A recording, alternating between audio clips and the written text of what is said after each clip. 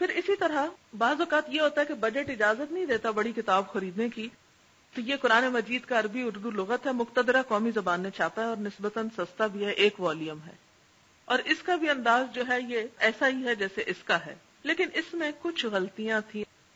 آپ نے جب ایک دفعہ قرآن پڑھ لیا تو آپ کی ایک اپنی نظر پیدا ہو جاتی ہے، مجھے بھی الہام نہیں ہوئی وہ غلطیاں کی غلطی ہے یہاں، مجھے بھی پچھلے پڑھے ہوئے کی بنیاد پر ہی ان کو پہچاننے کا موقع ملا۔ تو آپ نے الحمدللہ اتنا پڑھ لیا ہے کہ آپ کی ایک نظر پیدا ہو چکی ہے۔ عام لوگوں کو میں ریکمینڈ نہیں کرتی ہے، لیکن جن لوگوں نے قرآن پڑھ لیا ان کے لیے کافی مفید کتاب ہے۔ اور اس میں بھی آپ دیکھیں کہ مثلا یہ جیم دال ہے اور اس کا پہلا لفظ ہے جد، شان، عزت، فیض، اسم مصدر ہے، جدار دیوار اسم ہے، جدال جھگڑا کرنا، بحث بازی، مفاعلہ کا مصدر ہے مجادلہ سے۔ اچھا، جدالنا ہم سے جھگڑنا، جدالہ مضاف، نا ضمیر جمع متکلم مضاف ہے، اور وہ ایک پورا آپ کو پکچر دے دیتا ہے لفظ کی، جیسے آپ ایک لیبارٹری میں جا کے کسی چیز کو ٹیسٹ کر لیتے ہیں، اس کا ویٹ، حجم، اس کی خصوصیات معلوم کر لیتے ہیں، اسی طرح اس کتاب کے اندر آپ فوری طور پر الفاظ کو پہچان لیتے ہیں۔ مثلا راودوہ، انہوں نے اس سے گفت و شنید کی، انہوں نے اس کو پھسلایا، راودہ کا مطلب پھسلانا ہوتا ہے۔ مراودتن سے ماضی جمع مذکر غائب، ہو ضمیر واحد مذکر غائب، چھوٹی سی ہے لیکن بڑی مفید کتاب ہے۔ قرآن مجید کا عربی اردو لغت، اس کے رائٹر ہیں ڈاکٹر محمد میاں صدیقی، مترادفات القرآن کے مولانا عبد الرحمن کیلانی۔ یہ لغت جو میرے پاس ہے مولانا سید عبد الدائم الجلالی نے کچھ کی ہے اور کچھ مولانا عبد الرشید نعمانی نے، بہت مشہور عالم ہیں۔ اچھا، اس کے بعد یہ ہوتا ہے کہ آپ اگر تفسیر صرف عقلی کر رہے ہیں نا، بات نہیں بنے گی، بعض اوقات آپ اس کی وجہ سے ڈائیورٹ ہو جائیں گے، اصل مقصد، اصل ٹیکسٹ جو آپ کنوے کرنا چاہتی وہ آپ کنوے نہیں کر پائیں گے۔ اس کے لیے ضروری ہے کہ آپ سب سے پہلی تفسیر قرآن کی قرآن سے کریں، پھر قرآن کی سنت سے کریں، یہ بہت ضروری ہے۔ جیسے اس دن آپ نے ایک سوال کیا تھا جس کا جواب میں نے آپ کو سورۃ شعراء سے دیا تھا، موسیٰ علیہ السلام کے فرعون کے پاس جانے کے بارے میں، کہ یہ بھلا کس طرح کہ جاتے ہی آپ ڈائریکٹ اس سے کہتے ہیں کیا تم چاہتے ہو کہ میں تمہیں ہدایت دوں اور تزکیہ کروں۔ اب آپ دیکھیں کہ اگر مجھے یہ نہ پتا ہوتا کہ یہ واقعہ کہیں اور ہے اور اس ڈیٹیل کے ساتھ ہے تو میں اس بات کا جواب قطعاً نہ دے سکتی، اس کو کھول نہ سکتی۔ تو یہ آتا ہے قرآن کو کثرت سے پڑھنے سے، اس کا حل اور کوئی ہے ہی نہیں، اور اس کے لیے ناظرہ بڑا ضروری ہوتا ہے۔ ناظرہ کے علاوہ جب آپ تدریس کرتے جاتے ہیں تو ایک انڈرسٹینڈنگ پیدا ہوتی، کچھ تفاسیر بھی اس میں ہیلپ کرتی، لیکن پھر وہی میں کہوں گی آپ کو کہ ایک تو یہ کہ تفاسیر پر بھروسہ کر لینا، اس پر ریلائے کر لینا، اور ایک آپ کا اپنا ڈائریکٹ اپروچ قرآن کے اندر سے گزرتے گزرتے خود چیزیں چننا، خود فیکٹس کو کلیکٹ کرنا۔ تفسیریں ہیلپ کرتی ہیں، لیکن جب تک آپ اپنی نگاہ کو اور اپنی عقل کو استعمال نہیں کریں گے اس وقت تک بات پوری بنے گی نہیں۔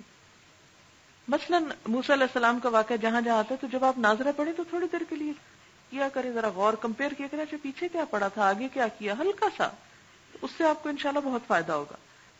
پھر اسی طرح ہوتا ہے کہ قرآن کی تفسیر حدیث کے ساتھ، ابھی انشاءاللہ بخاری کا ہم کتاب التفسیر پڑھیں گے تو اس میں آپ دیکھیں گے کہ اکثر آیات کی تفسیر کے ساتھ جو ریلیٹڈ احادیث ہیں اس میں موجود ہیں۔ یہ سعودی عرب والوں نے جو قرآن پاک چھاپا ہے اس کے اندر قرآن پاک کی آیات کے ساتھ احادیث ود ریفرنس موجود ہیں، بہت سی احادیث آپ کو یہاں ریفرنس کے ساتھ مل جائیں گی، اور اس کی خوبی سب سے بڑی یہ ہے کہ صرف صحیح احادیث ہیں، اس میں کوئی بھی ایک بھی ضعیف حدیث انہوں نے نہیں کوٹ کی۔ یہ خوبی اس کے علاوہ کسی تفسیر میں نہیں ملے گی آپ۔ یہ میں نے بڑی کوشش کی کہ آپ کے ختم والے دن آپ کو تحفہ دیا جائے، سعودی ایمبیسی سے بھی کانٹیکٹ کیا، ان کو فیکس بھی مدینہ میں بھیجا۔ ہم نے اپنے پہلے 2 بیچز کو کانوکیشن پہ قرآن پاک ساتھ دیے تھے، مولانا شبیر احمد عثمانی کی تفسیر، لیکن اس دفعہ یہ ہوا کہ باوجود کوشش اور بھاگ دوڑ کے ایسا نہ ہو سکا۔ میرا دل یہ تھا کہ 3rd بیچ کو بھی ایک ایک نسخہ یہ میں دے دوں اور آپ لوگوں کو بھی ایک ایک نسخہ دے دوں۔ ہماری کوشش اور کانٹیکٹ ان سے جاری ہے، جو ہی ہوا تو انشاءاللہ میٹنگ کر کے آپ کو بلا کے آپ کے حوالے یہ کر دیا جائے۔ مکتبہ دارالسلام نے چھاپا ہے احسن البیان جو ہے، احسن الکلام چھوٹا ہے، وہ جو پاکٹ سائز کا آپ نے دیکھا ہوگا۔ اس میں یہ ہے کہ ترجمہ الگ اسکالر نے کیا ہوا ہے، تفسیر کسی اور کی ہوئی ہے، یعنی 2 لوگ ہیں، صفی الرحمان ہے شاید ایک، اور دوسرے حافظ صلاح الدین یا کچھ اس طرح نام ہے، لیکن احسن البیان صرف ایک ہی تفسیر کا نام ہے. اس کا فائدہ یہ ہے کہ اس میں آپ کو جو احادیث ساتھ ملیں گی وہ احادیث صحیح ہوں گی. طالب علم کے لیے سب سے بڑی مشکل یہ ہوتی ہے کہ عام تفسیریں جیسے وہ پڑھتے ہیں اس میں بعض اوقات بالکل ضعیف حتیٰ کہ موضوع روایات بھی انہوں نے دی ہوتی. اتنی پہچان آپ نہیں کر سکتے صحیح کیا ہے ضعیف کیا اور کون سے کس درجے کی ہے. پھر ڈر لگتا ہے کہ غلط چیز کنوے نہ ہو جائے. تو اس کے لیے بہترین طریقہ پھر یہی ہے کہ چاہے آپ کم حدیثیں بتائیں لوگوں کو لیکن صحیح حدیث کوٹ کریں اور درست بات ہی بتائیں. حتیٰ کہ تفسیر ابن کثیر میں بھی آپ دیکھیں کہ کچھ احادیث ضعیف ہیں اور بعض اوقات وہ پھر بیان کرنے میں لوگ فتنے کا شکار ہو جاتے ہیں, سمجھ نہیں آتی بات یا آپ اسے ایکسپلین نہیں کر سکتے پراپرلی. اچھا, پھر اس کے بعد یہ ہے کہ میں جب تفسیر کے لیے آتی ہوں نا تو میں ہر سال کے لیے ایک تفسیر مخصوص کر لیتی ہوں, کوئی ایک, اس میں سے کچھ چیزیں چن کے ساتھ شامل کر لیتی ہوں. اور کبھی بھی میں نے یہ نہیں کیا کہ صرف ایک تفسیر پر ہی بھروسہ کر لیا جائے اور اس کے علاوہ کوئی اور بات نہ کی جائے.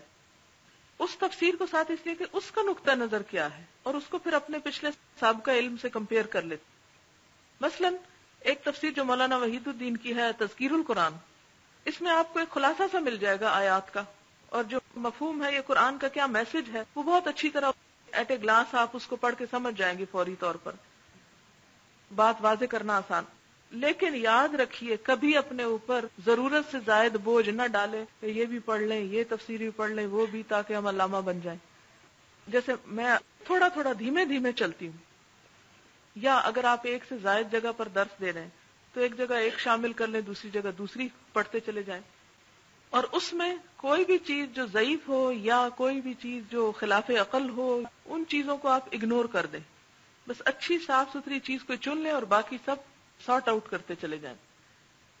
عموماً لوگ ہم سے یہ سوال کرتے ہیں اچھا آپ کون سی تفسیر کہتی ہیں کہ پڑھنی چاہیے, یا اسٹوڈنٹس اپنے بھی پوچھتے ہیں اچھا ہم کس تفسیر سے تیاری کریں. آپ کے پاس 2-3 تفسیریں تو ہوں, اس میں سے ضروری باتیں آپ نے لی ہوں, لیکن کبھی بھی صرف ایک تفسیر کا 100% آپ آگے بیان کرنے کی کوشش نہ کریں. دوسری بات ہے کہ اس میں تعصب نہ برتیں کہ یہ فلانے فقہ کی ہے, یہ فلانے مولانا حضرات کی ہے, یا فلاں مکتبہ فکر کی ہے, یا فلاں گروہ کی ہے, اور نہیں, جو مرضی کوئی ہو, کوئی بریلوی ہو یا دیوبندی ہو یا کوئی تصوف والے ہوں یا کچھ. جب آپ نے لفظی ترجمہ پڑھ لیا تو اللہ تعالیٰ نے آپ کے اوپر سمجھ کا دروازہ خود بھی کھول دیا کہ قرآن کی روح کیا کہتی ہے. سال میں اتنا تو انسان کو اندازہ ہو جاتا ہے قرآن ہم سے چاہتا کہ ہمیں کیا بنانا چاہتا ہے, تو خود اللہ تعالیٰ آپ کو پہچان دیتے ہیں. یہ بالکل ایسا ہی ہے کہ جیسے کسی بھی اوریجنل چیز کی اگر آپ کو پہچان ہے, مثلا یہ پین ہے, یہ اس پہ لکھا ہوا ہے میڈ ان جاپان, تو آپ اس کی ساخت, اس کی شکل, اس کے سائز, اس کے رنگ, اس کے سٹائل سے پہچان جائیں گے. پھر اگر اس کی نقل کہیں آپ کو ملے گی تو آپ فوراً کہیں گے کہ نہیں یہ نقل ہے, یہ اصل نہیں ہے. بالکل یہی معاملہ ہوتا ہے کہ جب لفظی ترجمے کے اس 1 سالہ پروگرام سے آپ گزر جاتے ہیں تو سب سے بڑا فائدہ آپ کو یہ ہوتا ہے دین کی روح سے آپ کو شناسائی ہو جاتی. پھر جب آپ کچھ بھی پڑھتے ہیں تو آپ مسکرانے لگتے ہیں کہ یہ شخص کہاں سے پھسلا ہے, کدھر کو جا رہا ہے, یہ مقصود نہیں ہے قرآن کا. اور سب سے بڑی بات یہ کہ اللہ تعالیٰ سے تعلق اور دعا کہ اللہ تعالیٰ ہمیں تو سیدھے رستے پر رکھنا, اور کہیں بھٹکنے لگے تو خود سے ہمیں سیدھا کر دینا. تو یہ تو تھا مٹیریل وائز. اب ایک ہو گئی آپ کی ہفتہ وار کلاس جو بڑی ہی اہم ہے عام پبلک کے لیے, ایک ہو گئی آپ کی انڈیویجول ٹیچنگ, ایک ہو گئی آپ کی ڈیلی کلاسز جس کے لیے یہ سارا مٹیریل آپ تعلیم کے لیے استعمال کریں گے, تفسیریں بھی, ڈکشنریز بھی, احادیث بھی. اچھا ایک اور کام ساتھ رکھیں کہ اس کے علاوہ آپ کوئی رسالہ, کوئی کتاب اپنے مطالعے میں ضرور رکھا کریں. بیڈ ٹائم پہ لیٹتے وقت آپ سونے سے پہلے 1 یا 2 باتیں, کوئی عام کسی بھی انٹرسٹ کی موضوع کی کتاب, کوئی سائیکالوجی کی کتاب ہے, کوئی اور جو بھی آپ کا انٹرسٹ ہے اپنے انٹرسٹ کے مطابق, کوئی لٹریچر آپ پڑھتے ہیں کسی بھی خاص اینگل سے, یعنی ہر ایک شخص کا ایک ٹیسٹ ہوتا ہے نا, مختلف ٹیسٹ کی چیزیں آپ پڑھتے ہیں, وہ آپ پڑھنے کی ہیبٹ اپنی ریڈنگ کی وہ ضرور قائم رکھیں. اس کا فائدہ پتہ کیا ہوتا ہے, وہ آپ کا ایک طرف پڑھا ہوا ہوتا ہے, اس کے ساتھ جب آپ قرآن پڑھتے ہیں پھر آپ پڑھانے بیٹھتے ہیں تو وہ چیزیں اس کو زندگی دیتی ہیں, ریلیونٹ کر دیتی ہیں روزمرہ چیزوں سے. اور یہ ریلیونسی جو ہے یہ بڑی ضروری ہے. اگر آپ تعلیم جسٹ برائے تعلیم دے رہے ہیں تو اس کا فائدہ کچھ نہیں. اگر آپ اس کو عام زندگی سے ریلیٹ کر رہے ہیں، مثلا شاعری کا شوق ہے آپ کو، آپ اس میں اچھے شعر نکال کے آپ انتخاب کریں اور آپ تفسیر پہ ساتھ ساتھ لکھتے جائیں. اگر آپ کو سائنس کے کچھ فیکٹس پڑھنے کا شوق ہے تو اس میں دیکھیں، فکشن ہے، کچھ ہے، جو بھی آپ پڑھتے ہیں اس میں سے وہ چیز جو ہے ساتھ ساتھ آپ ریلیٹ کریں.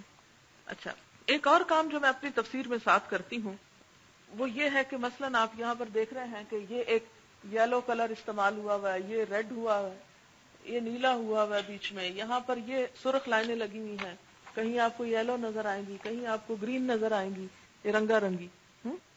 یہ چیز جو ہے یہ اپنی سوچ کو کنٹرول کرنے میں بڑا فائدہ دیتی ہے. مثلاً جب میں نے پچھلے سال تفسیر پڑھی تو مجھے یہ ریڈ نقطے جو ہیں یہ زیادہ اہم لگے، اس سال پڑھے تو وہ ارریلیونٹ لگے، یہ زیادہ اہم لگے. اچھا، اسی طرح ایک دفعہ پڑھا تو یہ جیسے یہ یلو ورڈز ہیں، ان کو میں نے تفسیر میں دیکھا، اگلی دفعہ پڑھا تو کچھ اور ورڈ مسنگ تھے، اس کی جیسے وضاحت اس میں لغات میں یا کہیں اور، پھر ان کو ہائی لائٹ کر دیا. پھر اسی طرح میں یہ کرتی ہوں کہ جیسے یہ قرآن کی میوزک والی بات ہے، یہ آخری پاروں میں ایسی ورقہ ڈالا ہوا ہے، جہاں مجھے فیلنگ آ گئی کہ آج ردم فیل ہو رہا ہے وہیں ورقہ نکالوں گی اور پڑھ کے سنا دوں گی. ٹھیک ہے، یعنی یہ کسی خاص آیت سے متعلق نہیں ہے، آخری صورتوں میں بہت ردم ہے، اور جہاں وہ ردم محسوس ہونے لگے وہاں آپ لوگوں کو توجہ دلائیں. اسی طرح وہ اعمال نامے کے بارے میں آپ سے بات کی تھی، تو آخری پاروں میں اعمال نامے پہ بہت کچھ بات کی جاتی، یہ آپ کے پاس ہونا چاہیے. اس سال کے لیے ہم یہ کوشش کر رہے ہیں کہ ایک ڈائری چھپوائیں اسٹوڈنٹس کے لیے جس میں یہ سارا مٹیریل ڈائری کے اندر لگا دیں تاکہ ہر شخص کے پاس موجود ہو اور پھر وہ اپنی تفسیر میں فوٹو کاپیاں یا جو بھی لگانا ہو لگاتا رہے.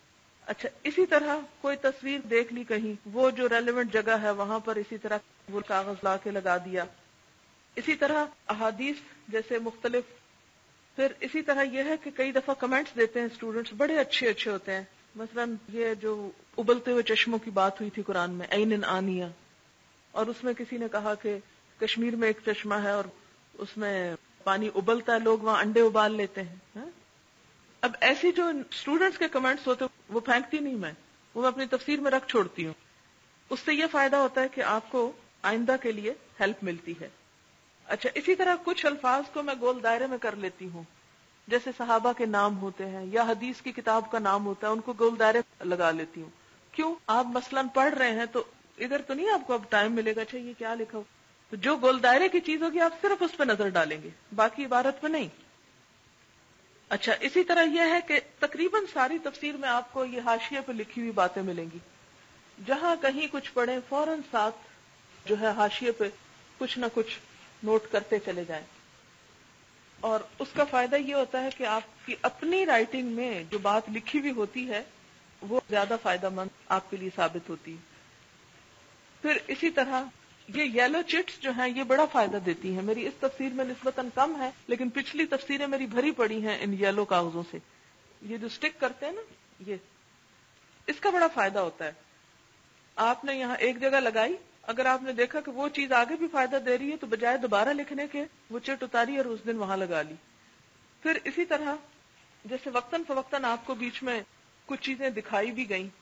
مثلاً بعض اوقات کسی اور تفسیر میں ایک بات بڑی اچھے طریقے سے بیان کی ہوئی ہوتی ہے اور وہ سارا آپ نہ لکھ سکتے ہیں نہ آپ یاد رکھ سکتے ہیں. کوشش کریں کہ اس تفسیر کا وہ پیج ہی فوٹو کاپی کرا لیں اتنا سا.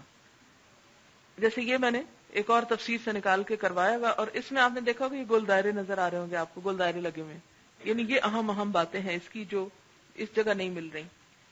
اسی طرح بعض اوقات جو تاریخی واقعات ہوتے ہیں وہ کسی نے بڑی لمبی چوڑی کہانیاں لکھی ہوتی ہیں اور کسی نے ایک پیراگراف میں بات کی ہوتی ہے، وہ چیز آپ کو بہت فائدہ دیتی. مثلا واقعہ اصحاب الفیل جو ہے، اگر آپ اس کو تفہیم القرآن میں پڑھیں تو 3-4 صفحات پر مشتمل ہے، اتنی لمبی کہانی ہے کہ تیاری میں ہی آپ کو آدھا دن لگ جائے. تو میں نے ایک پیراگراف میں یہ واقعہ الگ فوٹو کاپی کر کے لگایا. یہ کیوں ایسا میں نے کیا؟ دونوں آپشنز، وقت زیادہ ہوا تو اس پہ آ جاؤں گی، اس میں سے باتیں کروں گی، وقت کم ہوا تو مختصر بات کروں گی. یہ پہلے سے ہتھیار فراہم کر کے رکھنے ہوتے ہیں، ایسا نہ ہو کہ اس وقت تھوڑا رہ جائے اور آپ کنفیوز ہو جائیں، یہ نہ ہو. وہ ہے ایک آیت، خذوا حذرکم فانفروا ثبات ام انفروا جمیعا، بچاؤ اپنا کر کے رکھو، خواہ اکیلے نکلو یا گروہ میں نکلو. پھر اسی طرح سورۃ القریش ہے، تو اس میں بھی میں نے اسی طرح ایک اور تفسیر سے چھوٹا سا کاغذ ساتھ رکھا. اب یہ ہوتا کہ اس وقت یہ تفسیریں پڑھنے کا یہاں نہیں ٹائم ہوتا. ایک اہم بات جو ایسوسیٹ کرتی ہے اور بہت سی باتوں سے، اس کو آپ ہائی لائٹ کر لیں، آپ وہ بولیں اور آپ کا دماغ چلنے لگے کہ اس کے بعد اور کون کون سی باتیں، وہ پھر آپ ساتھ ہی شروع کر دیں. اچھا، پھر اسی طرح یہ ہوتا ہے کہ کچھ آیات اس طرح کی آتی ہیں کہ جن میں آپ اپنے آپ سے پوچھا کریں اچھا یہ اس کا مطلب کیا ہے. مثلا سورۃ الکافرون ہمیشہ میں سوچتی تھی یہ کیوں کہا گیا قل یا ایھا الکافرون لا اعبد ما، یعنی ساری صورت میں ایک دو باتیں اور ریپیٹ کر کے بتائی گئی ہیں، مقصود کیا ہے. اب جب ایک جو سن رہا ہے اگر آپ اس کو صورت میں سے صرف ایک بات کہ اس صورت میں اصل میسج یہ دیا گیا ہے کہ ہمیں کفر کے ساتھ کمپرومائز نہیں کرنا، ساری صورت کا میسج یہ ہے، اس میسج کو ہائی لائٹ کریں. کیونکہ اس میں تفسیر میں نہ تو الفاظ ہیں کہ آپ الفاظ کی تفسیر کریں گے. مثلا قل یا ایھا الکافرون آپ کس بات کی تفسیر کریں گے؟ لا اعبد ما تعبدون ولا انتم عابدون ما ولا انا عابد ما عبدتم ولا انتم عابدون ما، عین بے دال ساری صورت میں ریپیٹ ہو رہا ہے عین بے دال. اب آپ لوگوں کو اگر کہیں بھی کہ عبد کا لفظ جو ہے اس کا یہ معنی ہے، آپ کیا تفسیر کریں گے؟ ہے کوئی تفسیر کی بات اس میں؟ نتھنگ. لکم دینکم ولی دین، چند الفاظ ہیں جو بار بار آئے. اب میں جب اس کو پڑھتی تھی تو میں کہتی تھی کہ اس کا مقصود کیا ہے، اس ریپیٹیشن کا اللہ تعالیٰ کیا سکھانا چاہتے ہیں. تو جو بات مجھے سمجھ میں آئی وہ یہ کہ کفر اور اسلام بالکل الگ الگ چیزیں ہیں. عقائد کے معاملے میں کسی سے کمپرومائز نہیں ہو سکتا، یہ میسج آپ دے ڈالیں. پھر اسی طرح سورۃ النصر کا کیا میسج ہے؟ ماڈسٹی، عاجزی. یعنی ایک لفظ میں آپ اپنے سے پوچھیں کہ اس میں کیا میسج دیا جا رہا ہے آپ کو. آپ صلی اللہ علیہ وسلم کو سارا خطاب ہے نا، اذا جاء نصر اللہ والفتح ورأیت الناس يدخلون فی دین اللہ افواجا فسبح بحمد ربک واستغفرہ انہ کان توابا، کہ بڑی سے بڑی کامیابی پر بھی عاجزی اور اللہ کے آگے جھکنا اور اللہ کو کریڈٹ دینا. اسی طرح معوذتین ہے تو ان میں بھی آپ دیکھیں کہ باتیں تو بہت ساری ہیں، لیکن اصل چیز یہی بتانا مقصود تھا اس میں کہ جس طرح مادی چیزیں نقصان دیتی ہیں روحانی چیزیں بھی نقصان دیتی ہیں، یہ جادو شادو. اور دوسرا یہ کہ ہماری اکثریت اس بگاڑ کا شکار ہو چکی ہے کیونکہ پبلک گیدرنگ تھی نا. اگر میں کلاس میں پڑھاتی یہ صورتیں آپ کو بالکل ڈفرینٹ طرح پڑھاتی، بلکہ میرا دل چاہ رہا تھا میں ریپیٹ کر دوں، لیکن ہاں مجھے پتا آپ یہی کہیں گے ریپیٹ کریں. اب مجھے پتا تھا کہ یہاں پر بہت سے لوگ ایسے ہوں گے جو اس کام کو یا کر چکے ہوں گے یا کر رہے ہوں گے یا کریں گے یا سوچ رہے ہوں گے، کیونکہ ہمارے معاشرے میں جادو جتنا عام ہو چکا ہے اللہ کی پناہ. اب کیا اس موقع پر آپ کا بتانا یہ فرض نہیں کہ جادو کفر ہے اور جادو کرنے کرانے والا جو ہے وہ ایک کبیرہ گناہ کا مرتکب ہو رہا ہے؟ اور کچھ نہیں، اگر ساری آپ کی اس گیدرنگ میں لوگ ایک بات سیکھ لیتے ہیں کہ جادو ایک لعنت ہے، اس سے بچنا ہے اور یہ شرک ہے، تو وہ ٹھیک ہو گیا. معاشرے کی فلاح یا اصلاح کا کام تو آپ نے کیا نا وہاں. اور جو آپ کے اپنے اسٹوڈنٹ ہیں ان کو آپ نے کیا بتانا ہے، کیونکہ اب صرف وہ تو نہیں بیٹھے ہوئے، یہ بھی بیٹھے ہوئے ہیں، ان کے بھی کام کی کوئی بات کرنی ہے ان کے لیے. کیا آپ کو ایسی چیزوں سے واسطہ پڑے گا؟ اور ہتھیار فراہم کر کے رکھنا. کہتے ہیں نا پرہیز علاج سے، تو بجائے اس کے کہ آپ کسی بیماری کا شکار ہو اس سے پہلے ہی انتظام کریں کہ ان چیزوں کو اپنی زندگی کا ورد بنائیں. آپ صلی اللہ علیہ وسلم کو جب یہ صورتیں دی گئی تو آپ نے سب اور چیزیں چھوڑ دی، انہی کے ذریعے پناہ لیتے، پورے یقین سے ان کو پڑھتے جائیں، کوئی چیز نقصان نہیں دے گی. یقین رکھیں کہ اللہ کی طاقت سب سے بڑی، کیونکہ جو کام نبی صلی اللہ علیہ وسلم کے ساتھ ہوا وہ آپ کے ساتھ ہوگا. جب آپ دین کے لیے نکلیں گے لوگ آپ کو صرف جسمانی طور پر نہیں روحانی طور پر اذیتیں دینے کا بندوبست کریں گے، سوچیں گے اور کرتے ہیں. ایسی چیزوں سے آپ نے کس طرح نبٹنا ہے، کیا کرنا ہے؟ آپ توہمات کا شکار ہو جائیں کچھ اور. تو اس موقع پر ایمان بھی بچانا ہے، آخرت کا بھی لحاظ کرنا ہے اور صحیح ڈائریکشن پر جمے رہنا ہے صبر کے ساتھ، کسی غلط چیز کی طرف نہیں جانا. اور پھر آپ دیکھیں کہ من شر حاسد اذا حسد خیرکم من تعلم القرآن وعلم، یہ یاد رکھیں.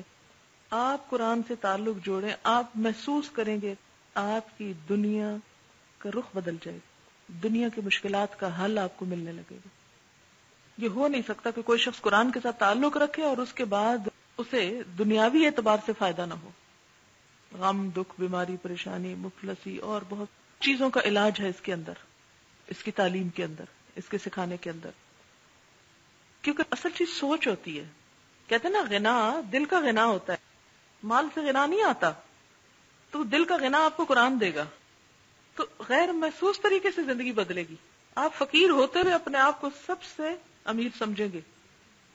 ابھی میں نے آپ کو بتایا تھا نا، ابھی تھوڑی سی مثال آپ کو دی تھی، اور آپ یقین کریں کہ اس سے پہلے کہ میری تعلیم مکمل ہوتی، جو میں نے بیچا تھا اس سے زیادہ اللہ نے مجھے دیا. ایسے موقع اللہ تعالیٰ نکالتا گیا. ویکینڈ پہ میں نے ایک اسکول میں پڑھانا شروع کیا، مجھے 10 پاؤنڈز پر آور ملتے تھے. اسی طرح ادریس صاحب نے کچھ کام شروع کیا.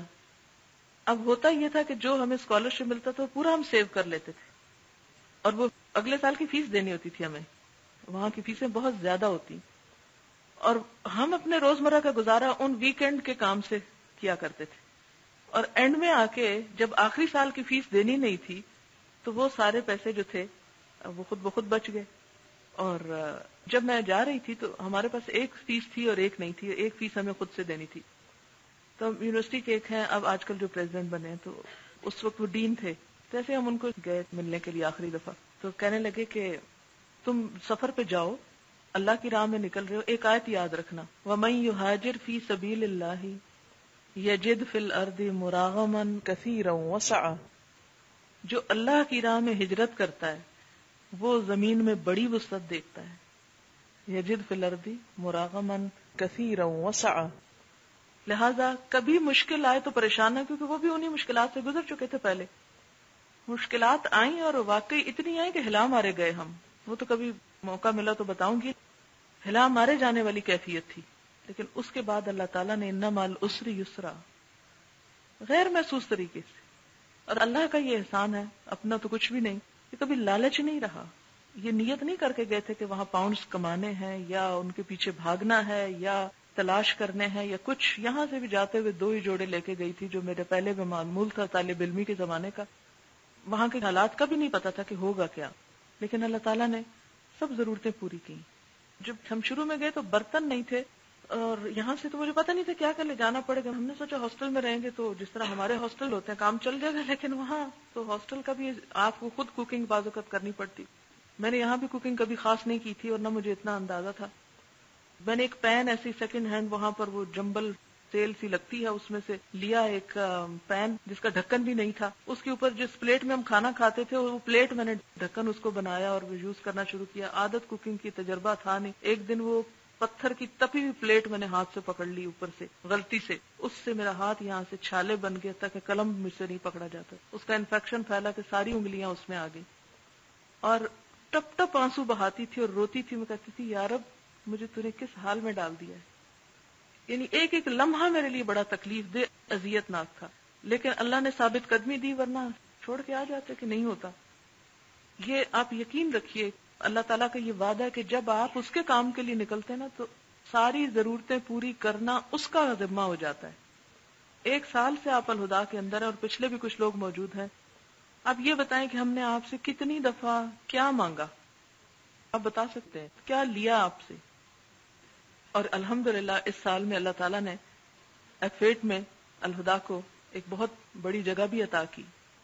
بہت دفعہ لوگوں نے مشورہ دیا کہ آپ فلاں جگہ پر خط لکھیں، فلاں سے مدد مانگیں، فلاں کریں، لیکن اللہ تعالیٰ خود بخود پوری کرتا چلا جاتا ہے. اسی طرح جیسے اب یہ فنکشنز ہوتے ہیں، کھانے پینے کے جہاں معاملات ہوتے ہیں، یہ ایک محاورہ بھی ہے نا کہ یہ سب کھانے پینے کا چکر ہے. یہ محاورہ مجھے بڑا تکلیف دیتا ہے کہ کھانے پینے کا چکر.